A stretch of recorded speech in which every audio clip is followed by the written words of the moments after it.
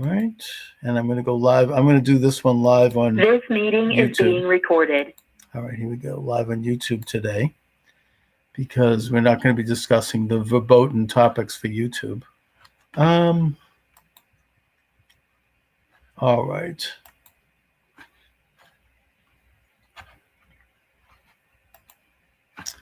And here we go, live on YouTube. Charles Moskowitz, thanks for joining me, everyone. David is here. David and I have been doing this program for a while. We do kind of a cross-pollination of religion and politics, American politics, Israel, Judaism, Americanism. David, thanks for joining me. Yeah, glad to be here. And for those who missed, I had Charles on my channel for a author interview on his latest book on Satan. So thank you. People to check about that out. And we talk basically exclusively about Charles' new book on satanic conspiracy. Thank you, David. I appreciate that. And, you know, that book is taking on a little traction. So I'm getting interviews, which is not usually the case with my books. So I must have struck a little chord on this one. I don't know. We'll see. So obviously, I think it's safe to say that in the aftermath of the latest Gaza-Israel war, there's been an uptick in anti-Semitism around the world. You see that happening in major cities in the United States with attacks on Jews. From what I can perceive, from my perspective, and certainly correct me if I'm wrong, the main culprits of this are the same people who were attending the Pussy Hat rallies against Donald Trump, basically. I mean, I'm not talking every individual. They're the same people who last summer, after the George Floyd death, started to loot back black businesses and burn black neighborhoods. And you had the liberal establishment media, I think, fanning the flames, which led to a lot more violence against black people, including the murders of children in Chicago. And, you know, some of those same forces, those same social forces are, I think, behind this uptick. Now, back then, they had the motive of trying to remove Donald Trump from office. And, of course, he's now gone, thanks to their efforts. And now they are just flailing away at the state of Israel, which they've always despised. And unfortunately, and maybe this is a little more anecdotal, so you might want to respond to this. And my evidence of this is my own TikTok channel, which is going gangbusters. I've got like 14,000 followers now. I'm watching TikToks made by people who are very careful to identify themselves as Jews. Most of them are young people, who then launch into the most vicious anti-Israel screeds that you can imagine. So, David, what you know, you've got your ear to the ground on these issues. What do you make of that? Yeah, I mean, to me, it makes sense, and I've been predicting it even. And you know, I just to mention, you know, we don't have to talk any controversy, but I went to on Zoom to the Jewish Bar Association of Michigan's I don't know if an award ceremony, if it's an annual event, or they just did it. They gave a lifetime achievement award to Judge Avron Cohn, 97, who funded the Cohn Haddow Center and whose father founded the Honigman Miller Schwartz and Cohn Law Firm, where my mother worked her whole career, and also helped found the Yeshiva Beth Yehuda yeshiva in Detroit, although his son is more like maybe even a Reform Jew who got the Lifetime Achievement Award. And then they gave the first annual Ruth Bader Ginsburg Award to Dana Nessel. And she actually spoke pretty interesting. She didn't mention Trump, but she spoke basically saying that it was her Judaism and you know, her family members that died in the Holocaust, and that gave her the spirit for social justice. And she gave some sort of repair the world, social justice understanding of Judaism. But she basically said it's her Judaism that inspires her to do what she does. And there was no commentary. I was on the call. But So that was interesting. Then right after that, we had our local, if not now, meeting of local Detroit Jews who opposed the occupation and protest Israel. And from the identity issue, the way that the majority of American Jews had pivoted ourselves, portrayed ourselves to the larger public, Israel is probably the biggest dissonance in causes of that, of how people assess their own Judaism and portray Judaism to non-Jews, and then to have Israel that portrays largely a completely different form of Judaism. But the dissonance is really quite large, and for people to change their understanding of Judaism to be more in line with Israel, as opposed to just turning against Israel. So the most likely people to turn, and I say the uptick in violence, no, I don't think it had anything to do with George Floyd or Black Lives Matters. I think it was almost exclusively Arabs and Muslims. There might have been a few opportunists or current just COVID-19 regulations dying down, and some Black on Jewish crime, and possibly even a few people were just even like white Jew haters who took the opportunity to do some bad stuff. But from what we've seen, the people arrested, almost exclusively all of the perpetrators were Arab, Muslim, and probably half of them even Palestinian. And then like in London, where they said they drove 2 hours, for a protest, that Arab, Muslims and Arab Palestinians drove for like 2 hours to do a caravan in London. The cases in Brooklyn where people, found Borough Park, where there were some, kids getting out and harassing Jews. I'm not sure if they were Arab or Palestinian, but obviously they live right next to each other, and they're their neighbors. So I'm saying, like, relatively, the Arabs who attacked Jews were their neighbors, and they were caught. And in Times Square, the pretty serious beatdowns in Los Angeles, they've caught those people, and they're Arab.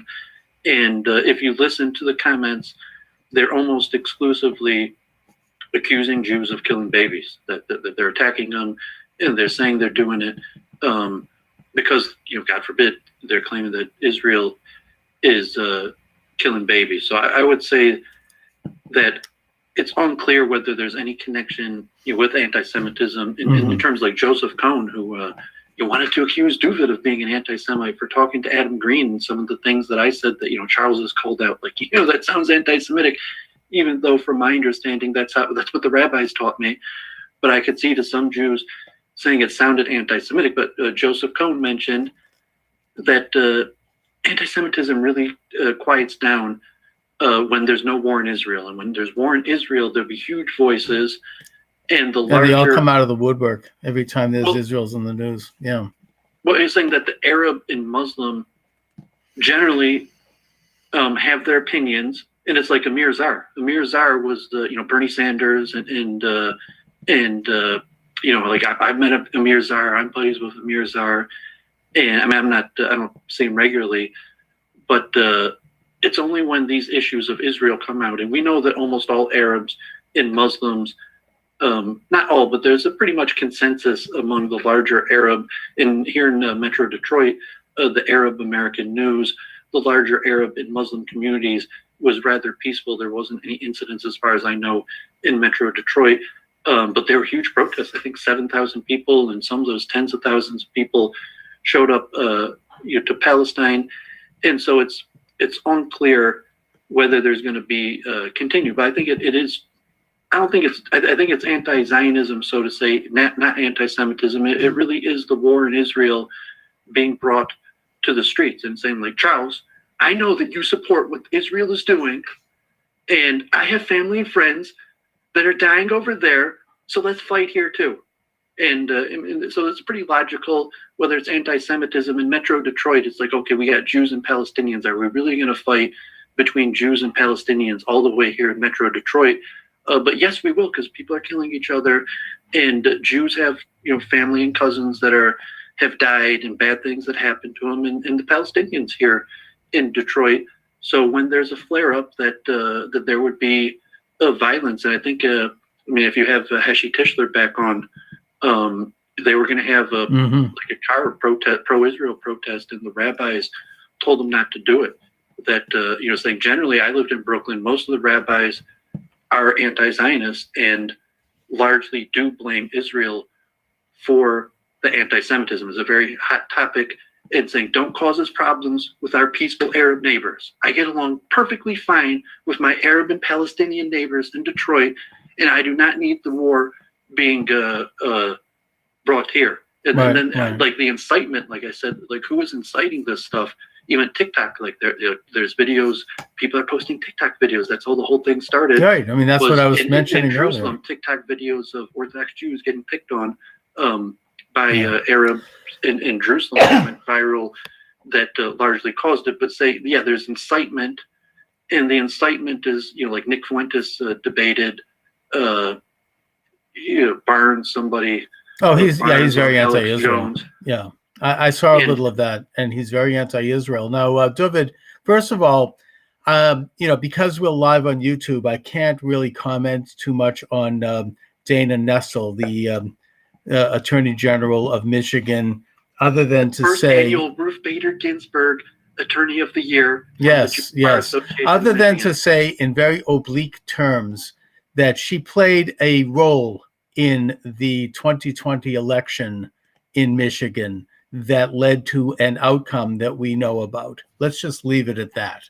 And that I think that's why I did mention that she was given the Ruth Bader Ginsburg Award. Yeah, but I think that aspect does call into question her ethics and her basic morality and her willingness to use her office, perhaps in a way that would have been less than ethical in order to get a political outcome. But I don't want to go too far into that because this is YouTube, and that's a forbidden topic. Of Jews in Metro Detroit, she's a hero to Jews. She's a representative of some Jews. Even the Orthodox part that in Detroit is relatively democratic compared to more Orthodox Jews.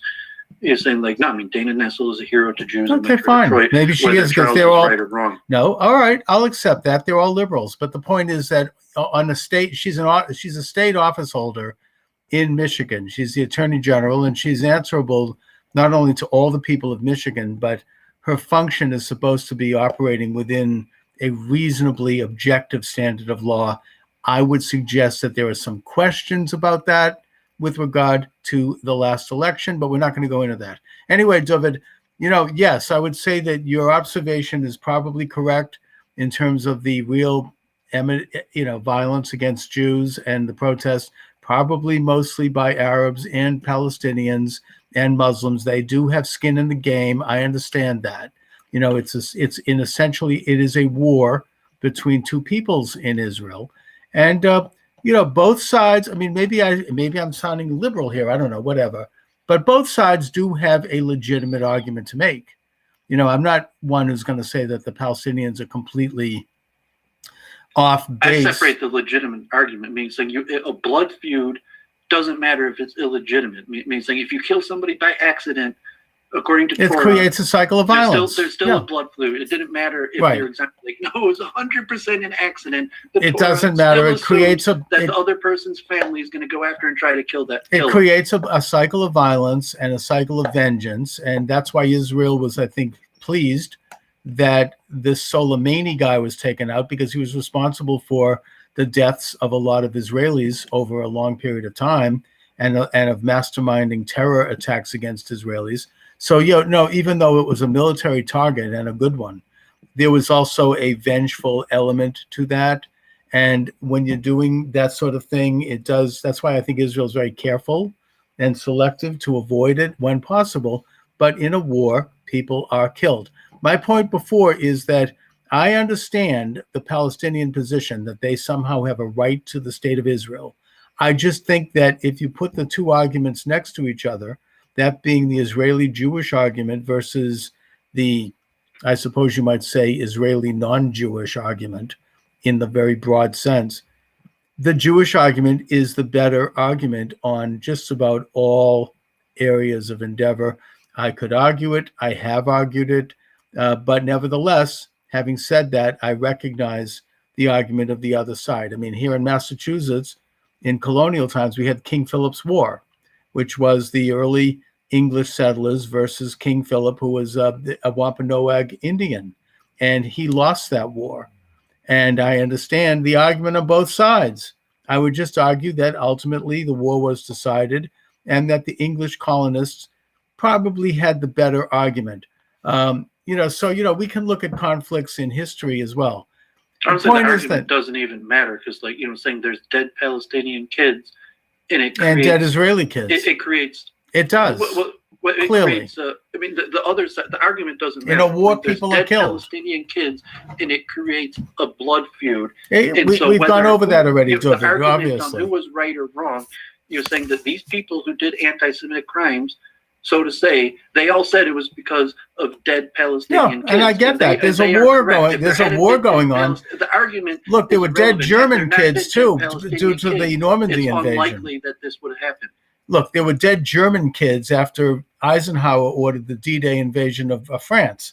So, we can talk about the fact that in a war, people are killed. We can put aside the fact that the Israeli military has probably one of the best records in history in terms of avoiding, when possible, the death of innocent people. You say if my kid gets in a fight with your kid, we got that already, David. I'm not missing that. And my point. Kid is 100% at fault. And your kid David, I'm not missing the point. I get it. In a war, people are killed. It doesn't matter who's at fault. I get it, David. There's a dead body. In a war, people are killed. I'm sure that the Nazis have a grudge because some of them were killed in World War II. In a war, innocent people are killed. I get it. The question is, when you take a look at, first of all, how do you stop the war? And secondly, you have to evaluate, and maybe this goes back to St. Thomas Aquinas' principle of just wars. How do you mitigate a situation which can result in peace?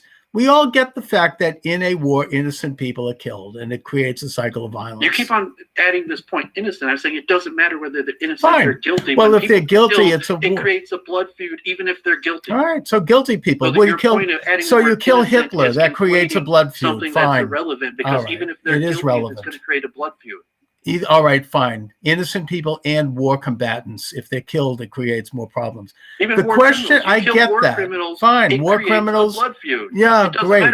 I get it, David. Yes, when people die in war, even if they're soldiers trying to kill you and you kill them first, it creates a blood feud. I get it. Now, the relevant, that's what war is. The relevant question here is, how do you stop the war? Not whether or not the war creates blood feuds between people killed on both sides. We get that. Everybody, if my brother or my uncle is killed, even if they were a Nazi trying to kill people, I would still carry a grudge. The question... So you're saying that if you're an American Jew with the current structure of Zionism, those people were killed on our behalf? That the feud in a war, people are killed. Yes, unfortunately, Israel was defending its sovereignty. And harm comes to the non-Jew, and the person starts hating all Jews. It's a little lesser of a level. It's not lesser of a level. Saying the state of Israel. It's a question of how you bring about peace. People, and now I'm blaming you. I'm blaming anybody. Both sides have a grudge in a war. Those people were killed. So, listen, this conversation, we're going on a merry-go-round here. We get the fact that in a war, innocent people and combatants are killed, and it leads to hard feelings and a blood feud. So the question before us, they were not killed on my behalf. You're a Zionist. They were killed on your behalf. I'm an anti-Zionist. German Nazis were killed on my behalf as an American, because Dwight Eisenhower invaded the beaches in Normandy, and that led to the deaths of Nazis. They were killed on my behalf because we had a war. The question is, how do you stop the war? Not that innocent or guilty people were killed. People are killed in war. That's what war is. Israel largely uses deterrence theory, saying, I know that you want to kill me. The reason that you don't is because you know that it would be you that would die, not me. I think that's worked very well for Israel. I can do to change the fact that you want to kill me. The only thing that's worked very well for Israel. When Israel's done that, they've done well. Yeah, that's the Israeli strategy. It's called deterrence theory, and it's a good and it's worked very well. Every time an Israeli Jew is killed, because they're living in their country and trying to conduct their life, the enemy is going to know that they're going to be struck back double. That is, you're right, that's deterrent. And to me, that makes sense. That does deter a deterioration, and it does deter violence to a certain extent. And you're a liberal American Jew, that's just like incompatible with really? With well, good for them. Understanding of so they're going to sit back and watch their own people get killed and say, oh well, they're pacifists. Then I'm not a pacifist. They're going to say, oh, my family is killed, but I'm just going to sit back and do nothing because I don't want to have a cycle of violence. The problem, like spanking your kid or beating your kid, where it's saying that Maimonides, the Torah, makes it sound like you should beat your kid. It's part of raising your kid, and your kid's going to act up. That's another. And the way subject. To be a good parent is to give them a strong hand of discipline. Yeah, but like Israel is acting like, in the context. Your own kid, we're going to take your kid away from you. Israel is acting in a defensive context. That's part of the Aquinas just war theory. The aggressor is attacking you and your home. They're trying to kill you. And in that context, you have a right to stop them from doing it through self-defense, if all other means are exhausted. And I believe, and I'm not saying Israel's perfect, by the way, in this regard, but for the most part, Israel has defended itself. It's defended the life and the property of its citizens. And by doing that, they have stopped those who are trying to violate those rights. I mean, the Gaza, we've talked about this. Israel handed Gaza over to the Palestinian Authority on a silver platter. Gaza is beachfront property. They could have turned it into the French Riviera. It was the start of a level of sovereignty for Palestinian Arabs.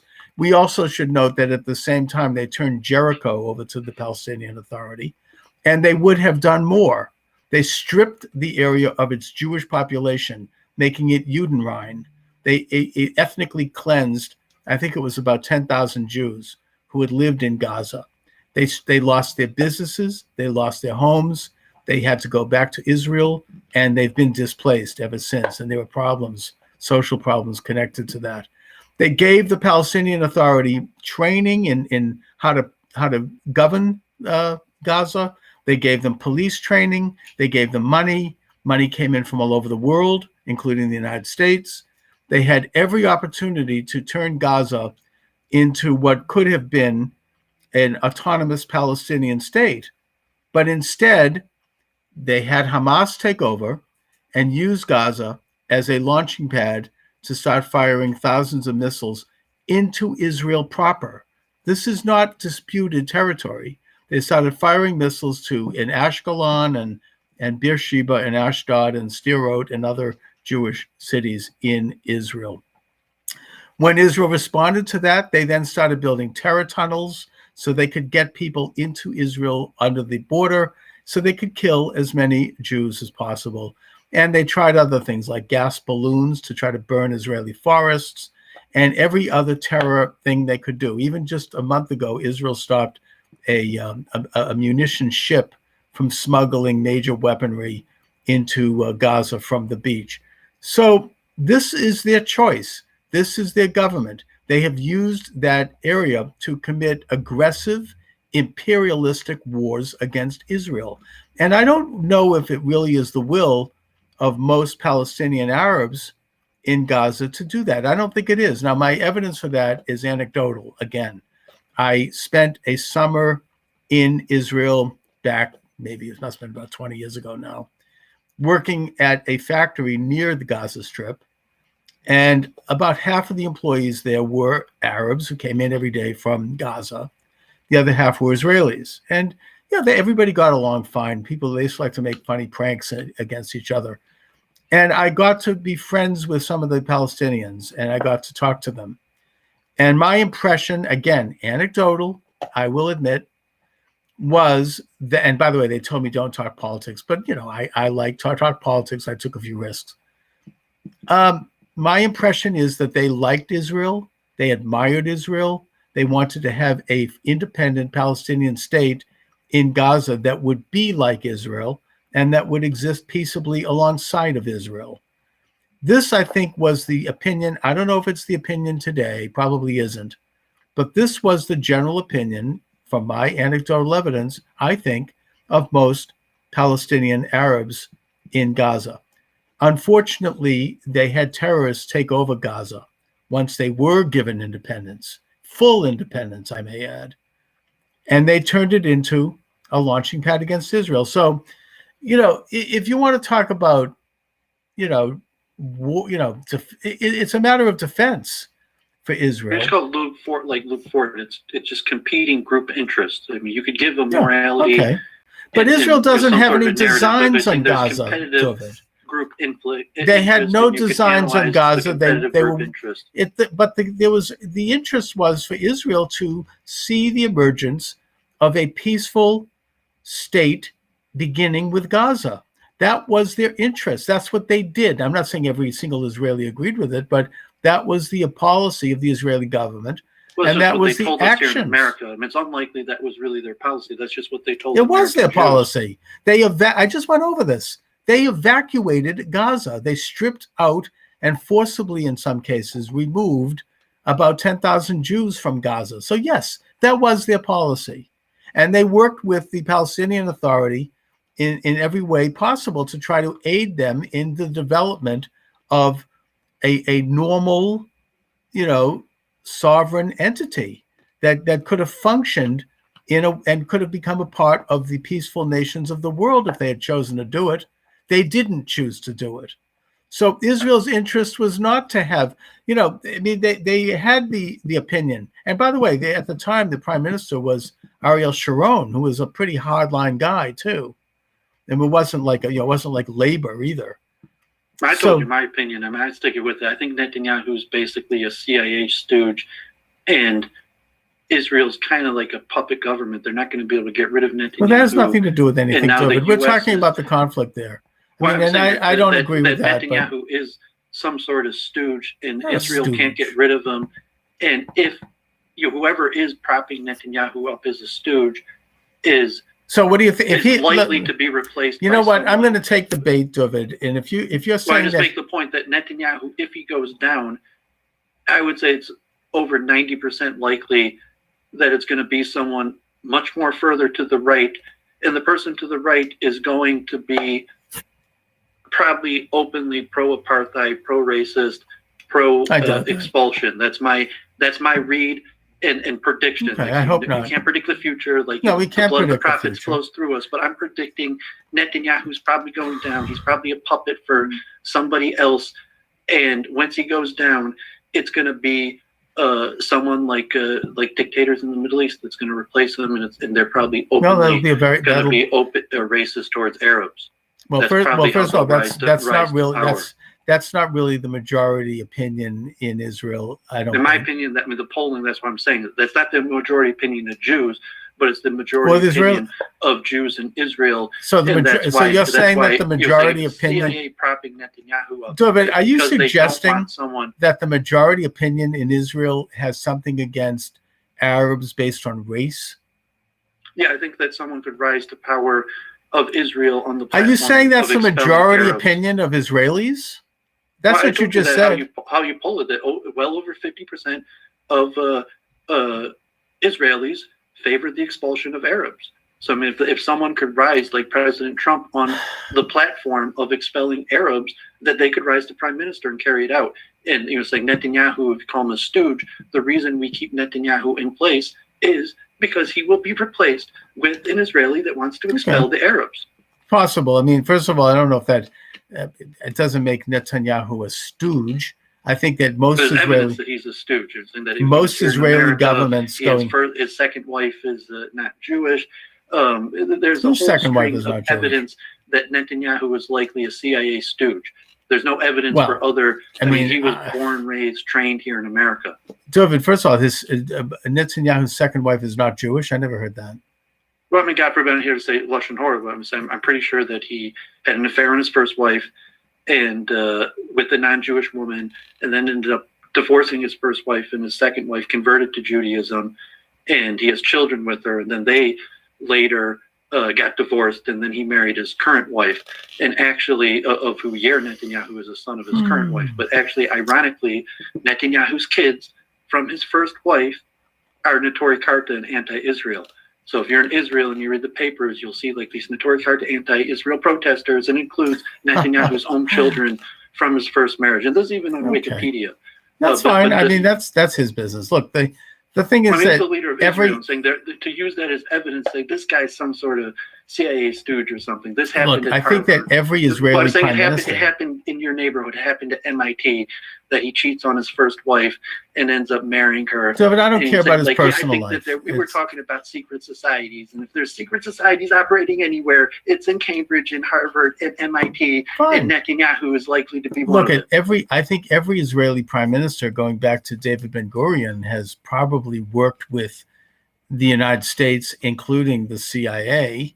And the Mossad probably. Netanyahu grew up here, went to high school here. Fine. He went to MIT. I don't think I have a problem with that. I mean, like, there's no case. Like, it's an not ally. A conspiracy case, like saying like how the CIA normally operates. In like saying the videos of the Lubavitch Rebbe, Netanyahu was groomed in America to be prime minister of Israel. He wasn't groomed in Israel to be prime minister of Israel. He was groomed here in America. Well, let's say for the sake of argument that he was, is working with the CIA, which I think is probably true of every. Goes back to the nuclear weapons, also in the military. Of every Israeli prime minister is actually ran by the U.S. and it's not actually ran by Israel. Well, I doubt that. But look, David, let's say for the sake of argument that, like every prime minister on both sides of the aisle, they've worked with the United States, including the CIA. I don't doubt that for a minute. They're allies.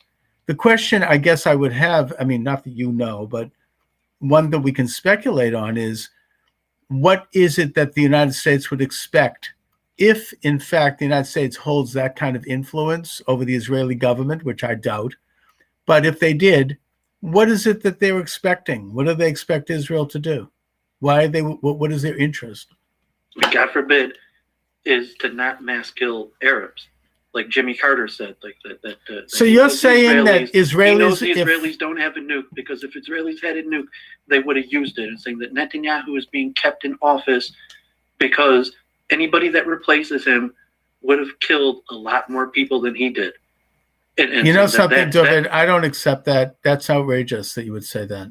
I don't think the Israelis are going to mass kill anybody. That's not what Israel does. It's not what they've ever done. I'm not saying their record is perfect, but I don't believe you. I think that's. I mean, I know. I'm saying that's what Jimmy Carter says. That's what. Jimmy Carter, the author of Apartheid.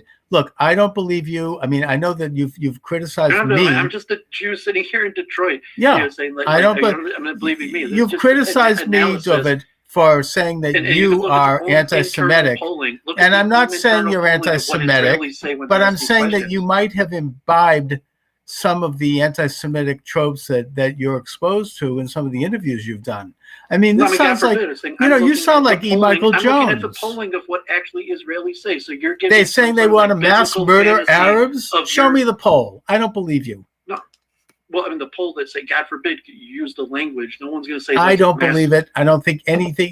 You sound like Netanyahu himself said that he only stopped it because of America. That the vast majority. He only stopped what? Mass murdering Arabs? I don't believe it. The ground campaign. The polling is clear. That's the untrue. vast majority and that's also of Israelis a vicious were not in favor of the ceasefire. lie. Netanyahu said himself he was only doing this as a favor to America, and the vast majority of Israelis wanted doing what as a favor to America.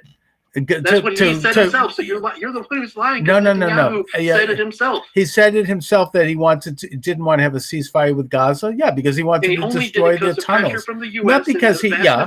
All right, fine. Wanted him to go into Gaza, but he didn't. But fine. I think he should have gone in and smashed the tunnels so they don't have to go through this again. But that doesn't mean killing and mass murdering people. So you're just playing a word game. No, I'm playing a very serious game here. You've been. I'm sorry, David. I know that you're annoyed at me for saying that you're anti-Semitic, and I'm not saying you are, but I think that you've been around. Maybe you are influenced by people like Adam Green and E. Michael Jones and some of these other guys who are anti-Jewish. I've never met those guys in my life. I just interacted. You have on the too. Internet a handful of times. You've interviewed them. You've talked to them. You've been on their shows. They bring you in, and I wonder why. No, because they wanted to hear a dissident opinion. Yeah, but what I'm suggesting here, dissident, it doesn't sound like you are being dissident. It sounds like you're right on board. Who taught me Judaism. Yeah, and they say mass murder Arabs. I don't believe that. Well, Show me where that is. well, yeah, God forbid. That's the language that's the language. I've that, never heard that, rabbis, and I think that's a yes, vicious you do, because you lie. interviewed Yisrael David Weiss, and that's the language he used. And Rabbi Feldman, To mass murder Arabs? That's not what David Weiss thinks that Zionists want to do. Well, he's wrong. Well, He's the head of the Tory Carter, right? Yeah, he doesn't recognize Israel's right to exist. Where's the Tory Carter? So ironically, is what was the last? They don't recognize Israel's right to exist. They're worse than Hamas. The last operation in Gaza was called Notori Karta. I mean, it was called in Hebrew. Notori Karta means guardians of the wall in Aramaic. Okay, fine. So ironically, the last Notori Karta is anti-Israel. They don't recognize Israel's right to exist. But I'm saying we talked about this. I know this stuff because I studied in Jerusalem, and Notori Karta is headquartered in. Yeah, and you studied under Notori Karta, who doesn't recognize Israel's right to exist. exist. The most prominent yeshiva in Israel. And at that yeshiva, you were told that Israelis want to mass murder Arabs?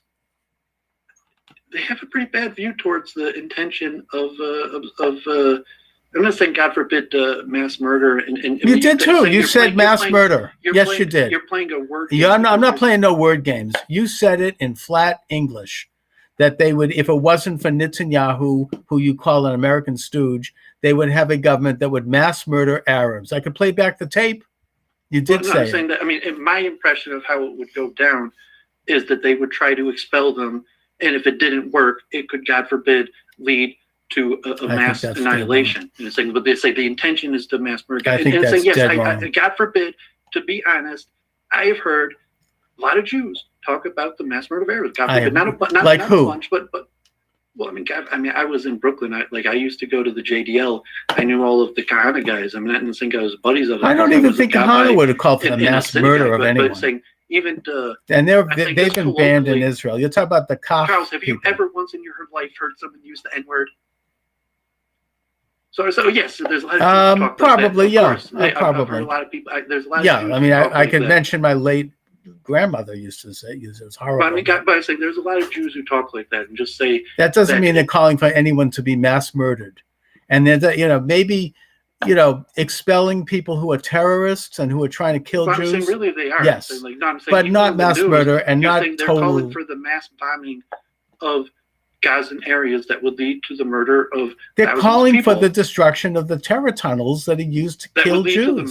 That is a military. Well, that's why they didn't do it. Or for a ground campaign that would lead to the mass. No, it would also lead to a lot of deaths. So, I mean, you're really just Jews. playing a word game. No, I'm talking. That's a war. Because what they're calling for would lead to the mass murder. Well, that's why they didn't do it, David, and also. Israel has an exemplary record. Because America forced him to. And if they had done it, the only reason he stopped was because we forced him. And they probably should have done it. But if they had done it, they would have done it with trying to reduce to a bare minimum the loss of innocent life. They would have tried to stop the people who are killing Jews because that's a military target, just like killing the Nazis who were involved in World War II would have been a military target. Do you speak Hebrew or Yiddish? No, I don't. Do you think that this sounds different in Hebrew or Yiddish? That if someone was speaking, even Netanyahu himself, when he speaks in Hebrew, that the indication of his words are substantially more violent? Not toward innocent people. Maybe towards stopping an enemy who is trying to genocide you, sure. But I don't believe that the Israelis, even very ultra Israelis, are calling for the murder of any innocent people. They're calling it is a war that has been given to them, and no one's calling for the. I mean, there are. You said mass murder. Fanatics. You said mass murder, David. For the murder. You said mass murder. Well, I mentioned that. Yes. The Haredi rabbis. You want to correct it? Fine. The point is that you're purposely trying to I'm not purposely. I'm repeating what you said. You're trying to get some sort of gotcha. I'm not doing. Say something. I'm not saying accuse you of being an anti-Semite. I'm not doing a gotcha. I could replay the tape. You said it. You said it a couple of times. If you want to retract it, fine. No, I'm not retracting. No, you're now saying that they want to have expulsion. That's the language that the rabbis I went to in Jerusalem used. It's not the language I use. It's to have mass murder. I went to in Jerusalem used. And they were calling for the mass murder of Arabs. No, they said that they thought that's what the Zionists wanted to do. Well, they're dead wrong. Well, it's your You're opinion. talking. And saying That is you my debated, opinion. and you Thanks. said that they don't even. Rabbi And Weiss these doesn't same even want to rabbis, talk to you. Rabbi Weiss doesn't even want to talk to you. and I wouldn't talk to him either. In fact, the one time I think I did talk to either him or someone in that group, it was the worst interview I'd ever done, and I've done thousands of interviews. My hair was on fire by the end of it. It was so outrageous. Those guys because you're like a parallel version. You're like a opposite parallel version. Yes, I am opposite of them. They don't recognize your demeanor Israel's. is kind of the same as his. Maybe, but either way, they don't recognize Israel's right to exist. They have an agenda. Even worse, that they think that and they think they're morally murderers. And they think they're morally superior to Israelis. Zionists of being, and they're dead wrong. Let's leave it at that, okay? I would argue that you wanted to put those words in my mouth, so we couldn't. I just well, you said them. Now you're saying that you're saying it because you learned it from the Naturi Carta. I would suggest that first of all, they don't represent the mainstream of Israeli opinion, and secondly, they're dead wrong. Yeah, and they're quite wrong about that. I mean, obviously, the Israelis do not call for the mass murder of anyone. The Jewish people are not involved in anything like that. Never have been, except maybe in the days of Joshua. And I did, in most of the Hasidim I work with in Brooklyn are anti-Zionists. They're not Naturi Carta, but they're theologically. Yeah, and most of the Jews now, and this is what I started the program with. I'm watching on TikTok again. But you're talking like American Jews. I'm talking about Americans. Yeah, on the far left are anti-Zionist. Anti-Zionist. That's not a new thing. No, and the far left Jews are too. And I think that's something that possibly could have been ratcheted up by the fact that Israel has now, once again, had to step out and defend itself. And by the way, as a program note, I'm having Dr. Mordechai Kadar on my program next Tuesday from Israel. Who, let me just, since we're on the topic, I'm going to talk briefly about him. He has a very interesting proposal, and it's made some rounds in Israel as a solution to the conflict, if you will. He calls for what he calls a 6-state solution. Have you heard about this, David? Yeah, I've listened to him quite a few times, and even his solution could be considered a soft form of expulsion. Fine, but voluntary. And the thing is that his 6-state solution goes as follows. He points out that if you take a look at the Arab world, the nations that are most successful and most coherent are the nations that are controlled by a single family or a tribe, whether it be the Saudis in Arabia, whether it be the family that runs Kuwait or Qatar or Bahrain or any of the other states. And the nations in the Middle East and in the Arab world that are not successful, like Iraq and Syria and Libya, and are nations that were cobbled together pretty much by the colonial powers, by the British and the French, and that they have many tribes inside of the nation, many families who don't like each other and who are competing, and they don't have coherence, and they don't have like a social order. And so he points out that if you take a look at Israel before 1948 and going back to the Ottoman times, you had about 6 tribes, families that controlled the country, that controlled areas of the country. And that included the Husseini family, which the Grand Mufti was a member of. And it includes the other families, the names might be somewhat not familiar to us, but that they tend to control cities. Like there's one family that predominates in Nablus, and that he suggests that these families be given sovereignty in their areas because they'll have a cohesive, organized, peaceful society rather than trying to create an artificial Arab state out of the Judea and Samaria and Gaza. And it would be much more coherent. There would be a return to a semblance of order and sovereignty and peace. I just think it's an interesting suggestion, and it's one that seems to be based upon a real historic and sociological look at the societies involved. Yeah, I largely agree. And I mentioned that I think it was the Nehru or the original Gandhi partition plan of the UN in 47, that it was going to be one nation, 2 states, that was deemed a failure because all the organizations, you had like communist Jewish organizations, communist Arab associations, but they weren't unified. So it was deemed for failure. And like the one nation, 2 states of 47 a confederation is definitely more likely. I mean, it kind of goes along with what I'm saying, is that Israel is going to recognize like liberal democratic values are at odds with Judaism, and probably largely give up on it, and saying that the democratizing the Arabs and even democratizing the Jews is a failed effort, because it's not really our path, like to live in a democracy like that. And well, I don't agree with that. I mean, I think it may not be the path for the Palestinian Arabs, because it's not the path of Jews either. No, I think it is the path of Jews. Successfully assimilated into the West. That's and right. Did something that's not our path. No, I think Jews have been returned to our path. No, first thing we have to do is shed these Western values. I disagree. I mean, the European, you're promoting Western values because the European Jews are Western values. But I'm saying that Kedar's version, I'm in agreement. Mm-hmm. But I agree that not only, like the Arabs, stop trying to push these liberalized Western democratic values on the Arabs. Stop trying to push them on the Jews too. And that, it probably would be I think that some sort of confederated. David, the Jews have been a good percentage of the Israeli Jews, even those who have intermarried into the Mizrahi community.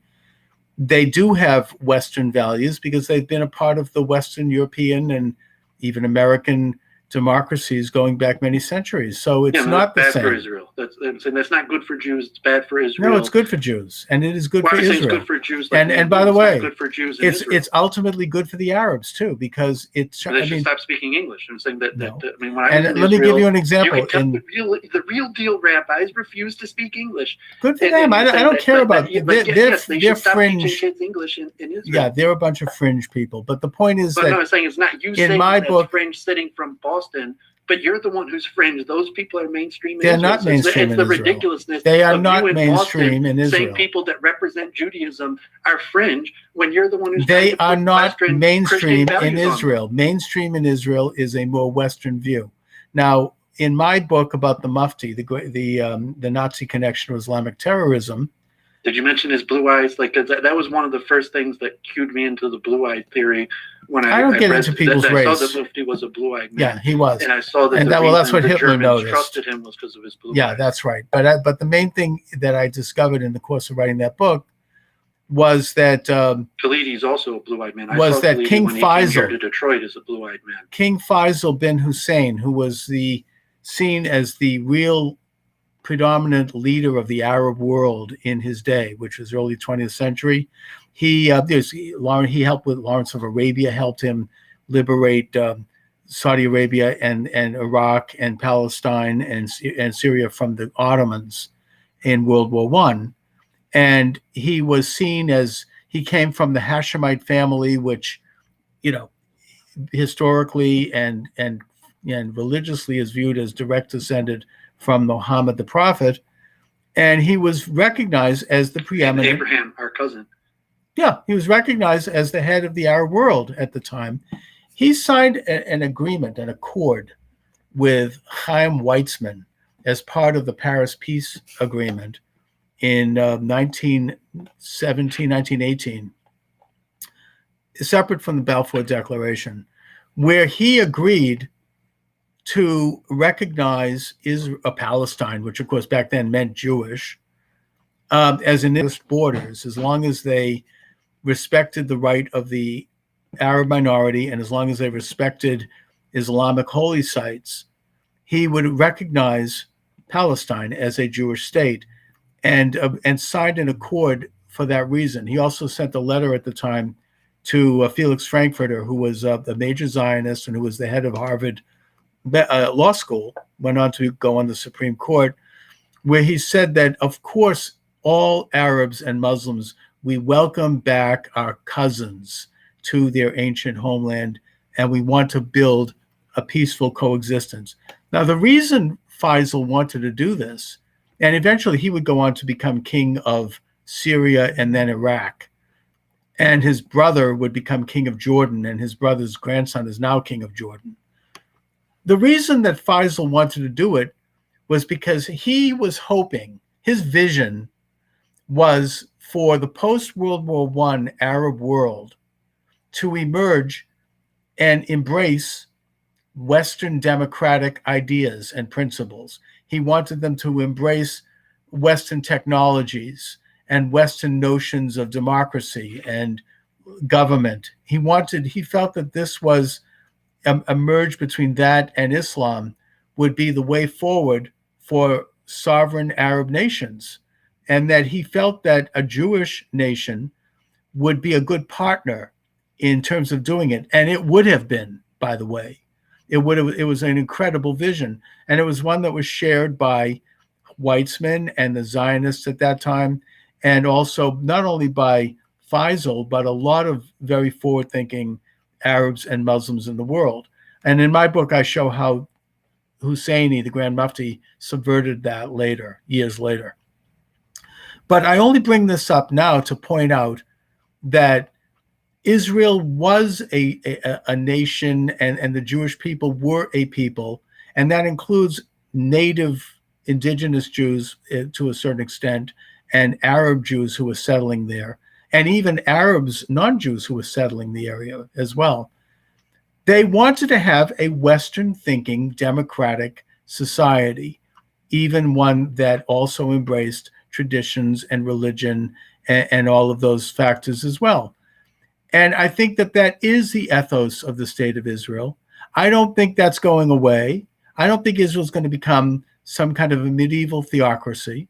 And I don't think that the majority of the Israeli people, both religious and secular, want that to happen.